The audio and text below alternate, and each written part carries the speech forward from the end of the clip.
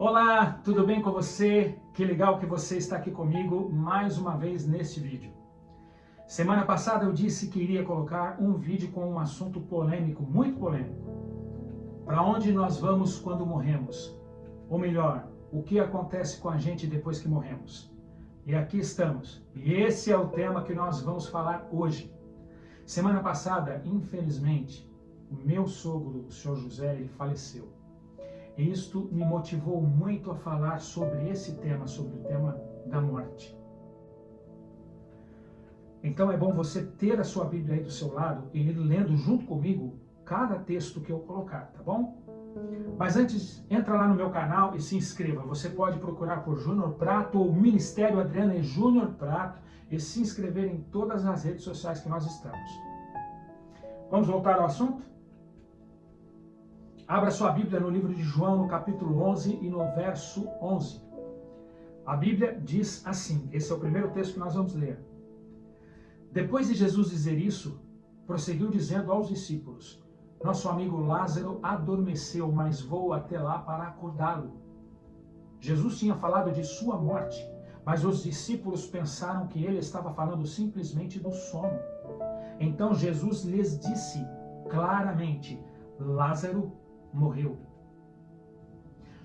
Para você entender a morte, a gente precisa falar sobre a vida primeiro. Você entende o que é espírito, alma e corpo? Tem um montão de gente que fala que nós temos um espírito e depois que a gente morre, o nosso espírito fica flutuando por aí. Se a pessoa que morreu está com a sua vida em ordem aqui na Terra, o espírito dela vai para outro plano de evolução. Ou se a pessoa está com alguma pendência aqui na Terra, o espírito dela fica aqui como se fosse um fantasma flutuando e até aparecendo para as pessoas até resolver a sua situação ou até evoluir.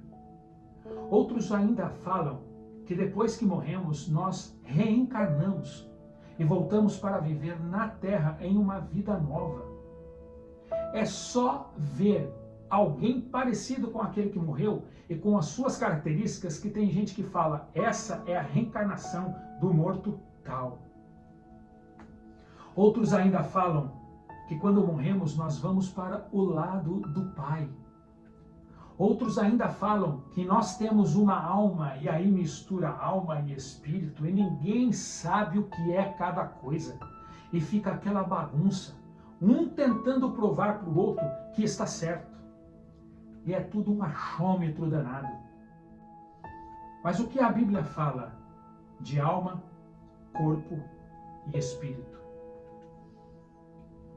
Abra sua Bíblia em Gênesis, no capítulo 2, no versículo 7. E a palavra de Deus, não sou eu que estou falando e nem ninguém, nenhuma teoria. A palavra de Deus diz assim. E formou o Senhor Deus o homem do pó da terra. E soprou o fôlego de vida em suas narinas e o homem se tornou alma vivente. Notem, se tornou alma vivente. Aqui a Bíblia nos dá algumas pistas. Segundo esse texto bíblico, nós não temos uma alma, nós somos uma alma. E faz toda a diferença em ter uma alma e ser uma alma. O texto bíblico ainda continua nos dando outras pistas. Ele diz assim no começo do verso, e formou o Senhor Deus o homem do pó da terra e soprou o fôlego de vida em suas narinas. E o que é fôlego de vida? Lá no livro de Jó, abre lá, Jó 32, no verso 8, Jó explica pra gente. A palavra de Deus diz, mas é o Espírito dentro do homem que lhe dá entendimento, o sopro do Todo-Poderoso. Então o Espírito é o sopro de vida de Deus, que soprou fôlego de vida nas narinas do homem quando ele foi criado. Vamos fazer um resumo? Em primeiro lugar, nós somos uma alma vivente. Em segundo lugar, nós temos um Espírito, que é o fôlego de vida dada por Deus, segundo a Bíblia. Alma, nós somos. Espírito, nós temos. Não se esqueça disso. Dá uma olhada nessa imagem que resume bem o que somos, com esse exemplo de uma lâmpada que eu vou colocar aqui para você. Preste atenção. Olha só, uma lâmpada mais a eletricidade é igual à luz. A mesma coisa acontece para o corpo. Corpo mais espírito, que é o fôlego de vida dado por Deus, é igual a alma vivente. Agora, o oposto também é verdadeiro.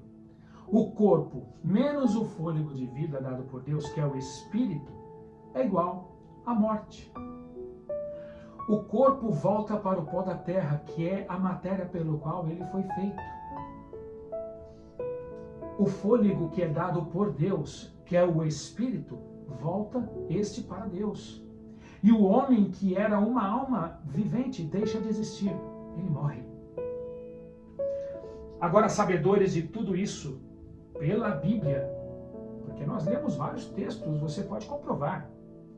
O que acontece depois que morremos? Jesus, no texto que eu li lá no início, em João capítulo 11, no verso 11, diz que a morte é um sono. E agora, se o próprio Jesus diz na Bíblia que a morte é um sono, e vocês sabem que no estado de sono nós não temos consciência de nada. Eclesiastes 9, versículos 5 e 6 diz: pois os vivos sabem que morrerão, mas os mortos nada sabem. Para eles não haverá mais recompensa e já não se tem mais lembrança de nada. Para eles o amor, o ódio e a inveja há muito desapareceram. Nunca mais terão parte em nada do que acontece debaixo do sol. Se você for um pouco mais para baixo, no verso 10, a Bíblia diz assim: o que suas mãos tiverem que fazer, que o façam com toda a sua força. Pois na sepultura para onde você vai, não há atividade nem planejamento, não há conhecimento nem sabedoria. Mas espera, não tem gente que diz que quando morremos nós temos consciência, uma vida evoluída, que nós enxergamos o que acontece aqui na terra e que os mortos olham por nós? Os textos bíblicos dizem que não haverá nem conhecimento, nem sabedoria e nem consciência de nada. Querem ver uma coisa muito louca? Eclesiastes 115, no verso 17, diz assim, que os mortos não louvam o Senhor. Espera, não dizem que quando nós morremos estamos ao lado do Pai? Até falam assim pra gente, ele passou dessa para melhor. Ele está ao lado do Pai. E como viver ao lado do Pai sem adorá-lo? A Bíblia fala que os mortos não louvam o Senhor. E agora? Em quem acreditar? Quer ver outra coisa? A Bíblia diz em Eclesiastes, no capítulo 9, no verso 6, para eles, os mortos, o amor, a inveja, os sentimentos desapareceram, nunca mais terão parte em nada do que acontece embaixo do sol. Como é que um ser que morreu e tem consciência, como dizem por aí, não vai ter sentimentos? Meu querido, a Bíblia fala que os mortos não têm sentimentos. Tá bom, meu pai morre, como ele morreu, meu pai morreu, e se ele olha por mim, como dizem, em estado de consciência, e eu estou passando uma vida tenebrosa aqui nesta terra, sofrendo terrivelmente, ele não vai sentir dor ao me ver passando por tudo isso? Mas a Bíblia diz que eles não têm sentimento e consciência de nada. Tá meio estranho essa crendice popular?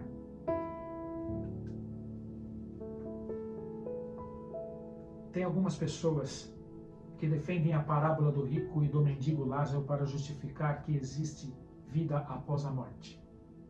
Elas abrem a Bíblia, leem essa parábola e justificam que existe vida após a morte a partir desta parábola.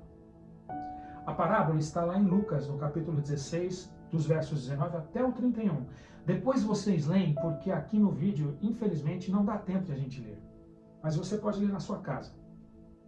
Mas, em resumo, a parábola diz o seguinte, no verso 22, que um mendigo morreu e o rico também. O mendigo foi levado ao seio de Abraão, ou seja, para o céu, ou para o paraíso.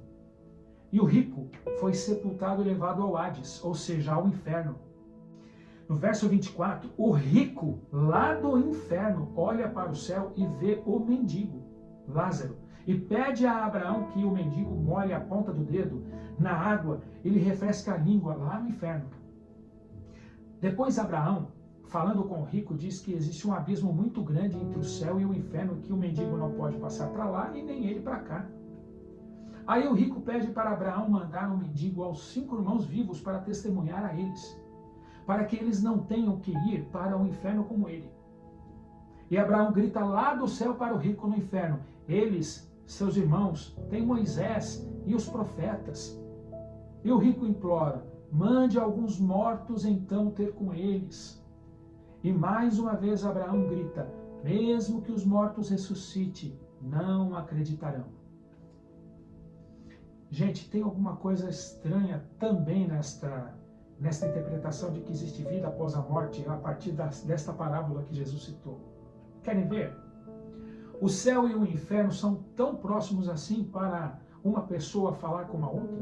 Será que isso tem cabimento? Imagine você salvo no céu e o seu filho que se perdeu no tormento está lá no tormento do inferno.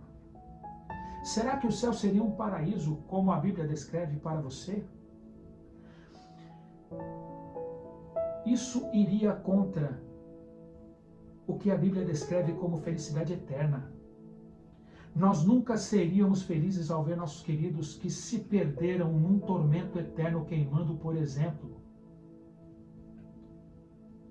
Outra coisa, as pessoas dizem que quando nós morremos não temos mais corpo. Então por que o rico pedia que o mendigo molhasse o dedo e refrescasse a sua língua com água, se no estado da morte não existe corpo e nem sede?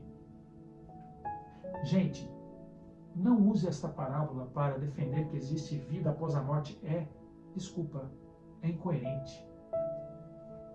Aqui Jesus usa a parábola para se fazer entender a um público que acreditava nestas crendices como dualismo, imortalidade da alma, separação entre corpo e alma por ocasião da morte.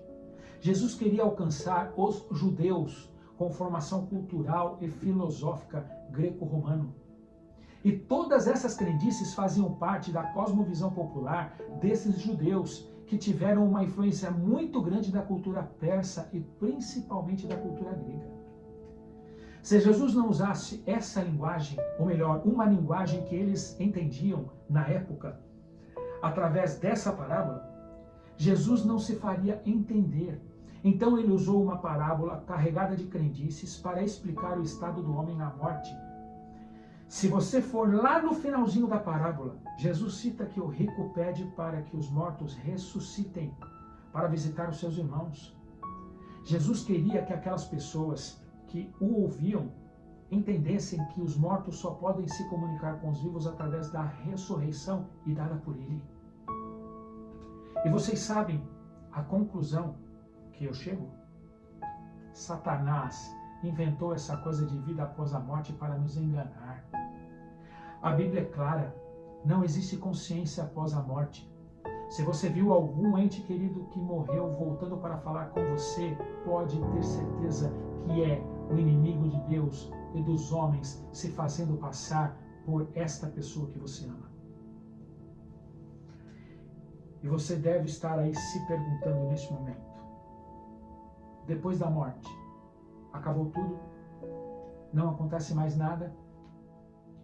A ressurreição é a maior vitória sobre a morte e Deus é o único com poder suficiente para derrotá-la. E a morte já foi vencida. A maior demonstração dessa vitória foi quando Jesus ressuscitou no terceiro dia. Se você depois desse vídeo perdeu a esperança de uma vida após a morte, de que existia alguma coisa depois que nós morremos e que os seus amados que se foram estariam em um bom lugar, saiba que tudo isso é possível na pessoa de Jesus e na ressurreição que só Ele pode nos dar. Se você perdeu alguém para a Covid, ou para um câncer, ou para qualquer outra doença, se você perdeu alguém para a morte, saiba que existe esperança de você reencontrar os seus queridos. Existe uma esperança quando Jesus voltar e der a eles que se foram a ressurreição. Acredite nisso.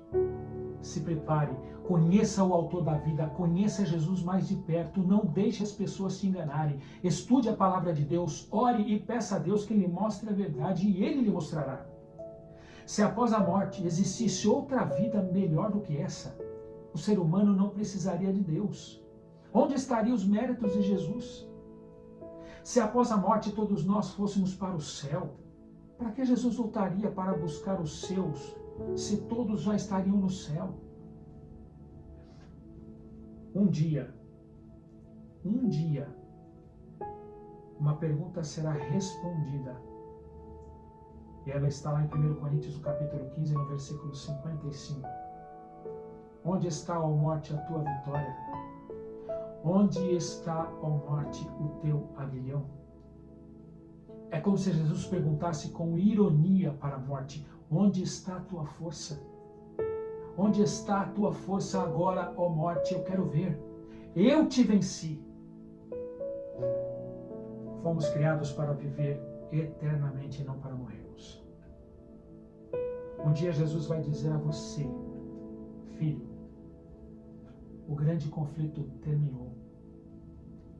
Pecado e pecadores não existem mais. A morte foi vencida por mim e o universo foi purificado. De mim emana vida, luz e alegria. Desde o pequeno átomo até o maior dos mundos, todas as coisas animadas e inanimadas declaram em sua serena beleza que eu te amo e que eu sou o amor. Acredite nessa esperança. Vamos orar? Senhor, nosso Deus, nosso Pai, por favor, nos dê um maior entendimento da Tua Palavra. Que estas crendices populares, elas não nos enganem. Que nós possamos conhecer exatamente aquilo que o Senhor tem preparado para nós. Que nós possamos discernir entre a verdade e o erro e seguirmos os Teus caminhos. Para isso precisamos que o Senhor nos dê entendimento. Pedimos também que o Senhor conforte o coração daquelas pessoas que perderam seus queridos para alguma doença. E que elas entendam que um dia existe uma esperança de vê-los quando o Senhor retornar, em nome de Jesus. Amém. Espero que você tenha gostado desse vídeo. Não é um assunto fácil, é um assunto polêmico, mas que você possa refletir e pesquisar lá na Bíblia, nos textos que eu dei, tá bom? Não fique assim só assistindo o vídeo, não, ou achando alguma coisa ou outra. Vai lá pesquisar, vai comprovar por você mesmo aquilo que eu falei, tá? Semana que vem nós temos um vídeo bem bacana para você, um vídeo de esperança, de amor, e que Jesus possa alcançar o seu coração. Fica com Deus, um beijo no seu coração, uma boa semana para você. Tchau, tchau.